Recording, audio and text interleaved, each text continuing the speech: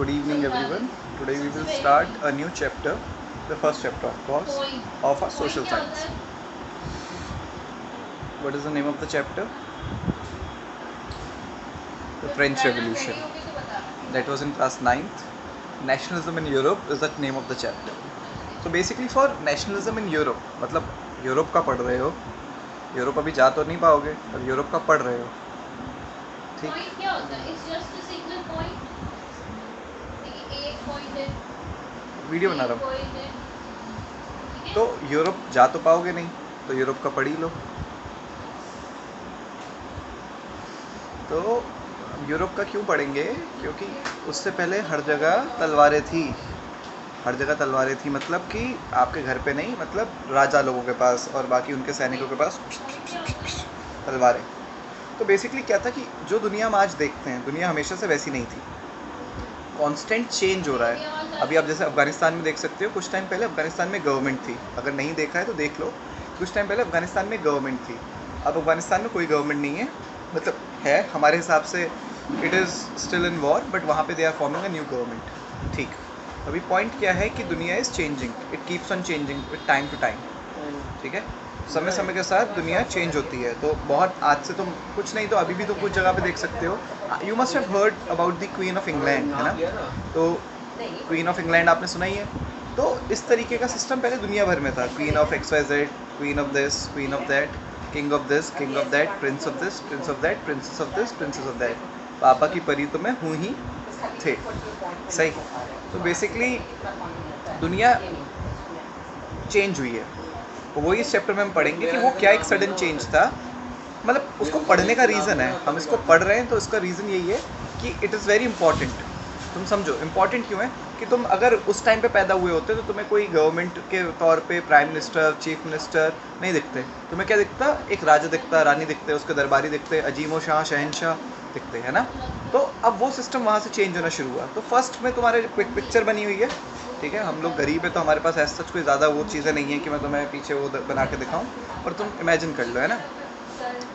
तो you can see in your NCERT book, you will see a picture जो 1842 या 48 में फ्रेडरिक सोरियो ने बनाई है, एंड इट वॉज मेड, उसमें साफ लिखा भी हुआ है, ठीक है। तो तुम लोग ध्यान से पढ़ते नहीं, इसलिए मेरी वीडियो देख रहे हो, वरना ध्यान से पढ़ोगे तो वही समझ जाते।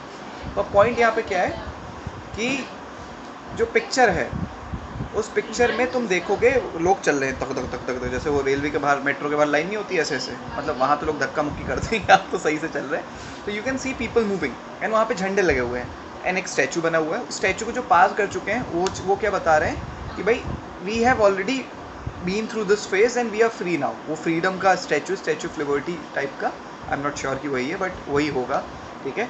फ्रीडम उनको मिल चुकी है, उनका आप झंडा देख सकते हो। Most probably Switzerland and USA वहाँ पे होंगे, एंड पीछे कुछ कंट्रीज़ हैं जैसे अभी जर्मनी वगैरह वगैरह वगैरह, ये सब। जबकि जर्मनी बाद में आज़ाद हुआ, है ना? अभी नहीं हुआ, बाद में हुआ। आज़ाद भी नहीं, मतलब जो उसको फ्रीडम की बात हो रही है, ठीक, वो बाद में हुआ। बट स्टिल एक आर्टिस्ट था, उसने इमेजिन करा कि कुछ टाइम बाद दुनिया में ऐसा होगा कि people will form government, and ये जो राजा एंड रानी का सिस्टम है ये चला जाएगा। यू कैन सी आगे पड़ा हुआ है कबाड़, जो कबाड़ नहीं था पहले पर अब है, क्या, जो राजा सर पे मुकुट क्या कहते हैं उसको, जो भी मुकुटी कहते हैं शायद वो, और हाथ में जो भी वो अपने डंडा वंडा पकड़ते हैं, दोज आर सब सिम्बल्स जो आपकी बुक में भी सिम्बल्स बने हुए हैं, जिसको हम क्या बोलते हैं, किसके सिम्बल्स? मोनार्की के सिम्बल, है ना?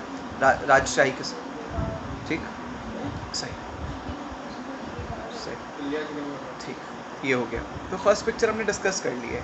उसके बाद जो फर्स्ट पेज है अगला, लाइक इस पिक्चर में इतना ही है, बाकी कुछ होगा तो पूछ लेना, नंबर छोड़ो उसको, ठीक, पूछ ही लेना, कैसे भी, कैसे पूछोगे पता नहीं, ठीक है, पॉइंट सही। तो अगले जो आपका पेज है, फर्स्ट पेज में ये फ्रेडरिक सोरियो ने ऑलरेडी इमेजिन करा था कि भाई, एक और चीज़ ऊपर थोड़े भगवान भी बने हुए हैं, because it was made in Europe and they believe in Jesus. तो आप ऊपर देख सकते हो जीसस एंड हिज एंजल्स, ठीक है। Why his I don't know, like God is, you see male dominated world है तो भगवान भी हिज में ही ज़्यादा होते हैं। हर में, इंडिया में ही हम लोग हैं जो we take her also. It's a great thing that in India we have God and goddess. बाहर ऐसा जितना नहीं है, mostly they are male dominated, ठीक। तो चलो वो अलग बात हो गई, ठीक। तो पॉइंट अभी यहाँ पे क्या है कि इस पिक्चर में इतना है कि ऊपर गॉड ब्लेस कर रहे हैं, तो this is what he imagined. अब आगे क्या है, ठीक है। तो अब जल्दी से आगे बढ़ते हैं, और फ्रेंच रेवोल्यूशन है बेसिकली आगे के 2-3 पेजों में, जो आप अगर पढ़ोगे तो फ्रेंच रेवोल्यूशन 1789, अगर क्लास 9th में नहीं पढ़ा है तो अब बता देता हूँ, एक बार ओवरव्यू दे देता हूँ कि फ्रेंच रेवोल्यूशन में क्या हुआ था। बेसिकली क्या था, राजा था, राजा का जो नया सरदार मतलब जो नया राजा बना, जब वो राजा बना तो उसने देखा कि खजाना एक तरीके से खाली, खजाना क्या था, खाली।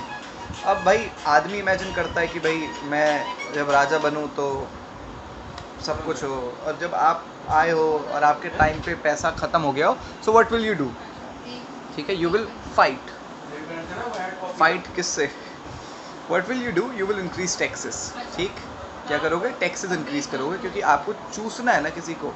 राजा लोग जो होते थे किसको चूसते थे, ठीक है, आइसक्रीम वगैरह की बात नहीं हो रही है यहाँ पे, चूसना मतलब किसका, किसके थ्रू वो जीते थे, कि खुद तो वो नहीं कमाते थे ना, कहीं खेती बाड़ी गया राजा बैठा हुआ कि अरे राजा भाई चलो हल चलाने चलते हैं, ओ राजा भाई चल, ये करते हैं। तो राजा रानी लोग तो मज़ा करते थे, और जो किसान वगैरह होते थे, जो पीजेंट होते थे, जो लेबर क्लास होती थी, वो काम करते थे, उनसे वो टैक्सेस वसूल करते थे, जो बिजनेस क्लास होती थी उनसे टैक्सेस वसूल करते थे, ठीक है। तो उन सब के टैक्सेस से राजा लोग मज़ा मारते थे।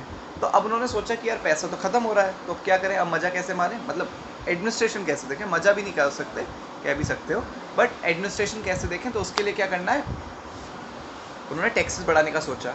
बेसिकली उनका प्लान जो था, राजा का प्लान जो था, इट वाज कि टैक्सेस वो 3 स्टेट्स पे बढ़ाएंगे। अब स्टेट्स क्या है, जैसे हमारी सोसाइटी में, आप इंडिया में अगर हो तो यू कैन रिलेट कि हमारी सोसाइटी में अलग अलग टाइप के लोग हैं। जैसे हम कहते हैं हाई क्लास लोग, मिडिल क्लास लोग, अपर क्लास लोग जो होते हैं, और लोअर क्लास लोग, इनकम ग्रुप। यहाँ पे इनकम ग्रुप से नहीं, यहाँ पे थोड़ा आप जन्मजात समझो कि जैसे जो नोबल है, ठीक, तो जो नोबल है, जो दरबारी फॉर एग्जांपल, जो अमीर है, जिसको आप नाइट बोलो या लॉर्ड बोलो, ठीक है, तो उसके पास अपनी एक ज़मीन होती थी, और ज़मीन हमेशा उसी की रहती थी, उस पर जो भी खेती बाड़ी होती थी उसका पैसा उसी को मिलता था, ठीक। तो उसका जन्मजात रहता था, उसको पैसा तो मिलता था पर उसको टैक्स नहीं देना था, तुम समझ रहे हो, उसको टैक्स नहीं देना, मतलब पैसा आए पर देना नहीं है, ठीक। अब दूसरा क्या है, एक होता था क्लर्गी। तो क्लर्गी का क्या होता था, क्लर्गी वर बेसिकली आप समझो जैसे जो चर्च होते हैं, चर्च में जो रिलीजियस आपके ऑफिसर्स हैं, प्रीस्ट हैं, दे कम इनटू क्लर्गी, तो उनको भी कोई टैक्स नहीं देना पड़ता था। उल्टा church were one of the most strongest institution in any country, एक तरीके से, नॉट मोस्ट कंट्रीज बट मतलब एक सब में नहीं, पर हाँ कुछ में, एक तरीके से ज़्यादातर में, कि चर्च बहुत इंपॉर्टेंट था। जिस तरीके से रिलीजन आज भी एक इम्पॉर्टेंट रोल प्ले कर रहा है, उस तरीके से उस टाइम पे भी करता था। Religion have played a very important role in complete history, ठीक है। आप इसको पढ़ क्यों रहे हो, देखो अभी भी फिर से समझो कि एक चेंज आया सडन, अगर वो चेंज नहीं आता तो हो सकता था कि आज आप किसी राजा या रानी के अंडर होते, है ना, राजा को रानी से हो गया प्यार, ठीक है, ये सारी चीज़ें हो रही होती। तो अब वो ऐसा नहीं है, अब क्या है, गवर्नमेंट हम सेलेक्ट करते हैं कि ये भाई इसको वोट देंगे, कि उसको वोट देंगे, अरे 18 के हो जाएंगे, वोटर ID बनाएंगे, है 21 के हो जाएंगे, तो ठीक, बढ़िया, सही। तो ये पॉइंट है। तो चेंज के वजह से हम पढ़ रहे हैं कि भाई वो चेंज क्या हुआ है, कि भाई ऐसे सोसाइटी चल रही थी। तुम सोचो अभी तो तुम्हें सड़क पे किसी के सामने नाक नहीं रगड़नी है, तुम अपना आराम से मस्त सीना तान के चल सकते हो, अगर तुमने किसी से उधार ना लिया हो तो, ठीक, सीना तान के तुम चल सकते हो आराम से, कोई तुम्हें रोकेगा नहीं, अगर जब तक तुम ज़्यादा हीरो या हीरोइन नहीं बन रहे हो, है ना। वरना तो लोग क्या करते हैं, पीछे पड़ जाते हैं, घर वालों से कह देते हैं वो तुम्हारा बेटा तो घूम रहा था, तुम्हारी बेटी तो घूम रही थी, पर वो सिस्टम के अलावा ऐसा कोई हमारे पास रिस्ट्रिक्शंस नहीं है। जो राजा रानी के टाइम पे भी शायद कम रिस्ट्रिक्शंस होते थे, पर वो सुप्रीम होते थे। आज के ज़माने में आप सुप्रीम हो, यू एज अ इंडिविजुअल, ठीक है, you are the supreme person in this country, not the prime minister, not the chief minister. अगर उनके पास जो पावर है, it is basically a serving power, जो उसका मिसयूज़ नहीं होना चाहिए था। मतलब कोई भी बेसिकली हर आदमी अपनी पावर का मिसयूज़ कर ही लेता है, पर होना नहीं चाहिए था। जिस तरीके से हमारा कॉन्स्टिट्यूशन इस तरीके से बनाया गया है कि we as a individual, any person, he she they, anyone, है ना, we are the most important person in this country, कि हमारे हिसाब से सब होना चाहिए, हमारे हिसाब से मतलब जो सबके भले के लिए हो, इस तरीके से। तो अब वो सिस्टम अब है, लेकिन पहले नहीं था। तो अब हम वापस आते हैं फ्रेंच रेवोल्यूशन पे। तो राजा ने सोचा कि मैं क्लर्गी पे भी, और ये नोबिलिटी पे, जो नोबल्स लोग थे उन पे भी, और जो पीजेंट्स और बाकी लोग थे, मतलब एक तो क्लर्गी हो गया, एक नोबिलिटी हो गया, बाकी जितने भी लोग बचे, बिजनेसमैन हो गया, टीचर हो गया, डॉक्टर हो गया, जो भी लोग हो गए, वो आते थे कॉमन पीपल में। और वो ज़्यादातर वो लोग कॉमन पीपल ही थे। जो कॉमन पीपल क्या करते थे, उनको ही टैक्स देना पड़ता था। इट इज़ जस्ट लाइक कि आपके मम्मी पापा कहाँ गए, रेस्टोरेंट गए, या आपके दो दोस्त रेस्टोरेंट गए, तो मतलब खाना पीना सिर्फ वो खाएंगे और बिल सिर्फ आप दोगे। तो उसी तरीके से नोबिलिटी और क्लर्की खाना पीना मस्त खाएंगे, पर बिल कौन देगा, आप। अब वो कितना भी खाना बना लें, तो राजा तो टैक्स तीनों पर बढ़ाना चाहता था, पर लोगों ने बढ़ाने नहीं दिया। तो उन्होंने फिर फाइनली राजा को एक ही चीज़ करनी पड़ी कि राजा ने सोचा कि चलो अब थर्ड स्टेट पे ही हम टैक्स बढ़ा देते हैं। तो राजा ने थर्ड स्टेट पे टैक्स बढ़ाना शुरू करा, ठीक है।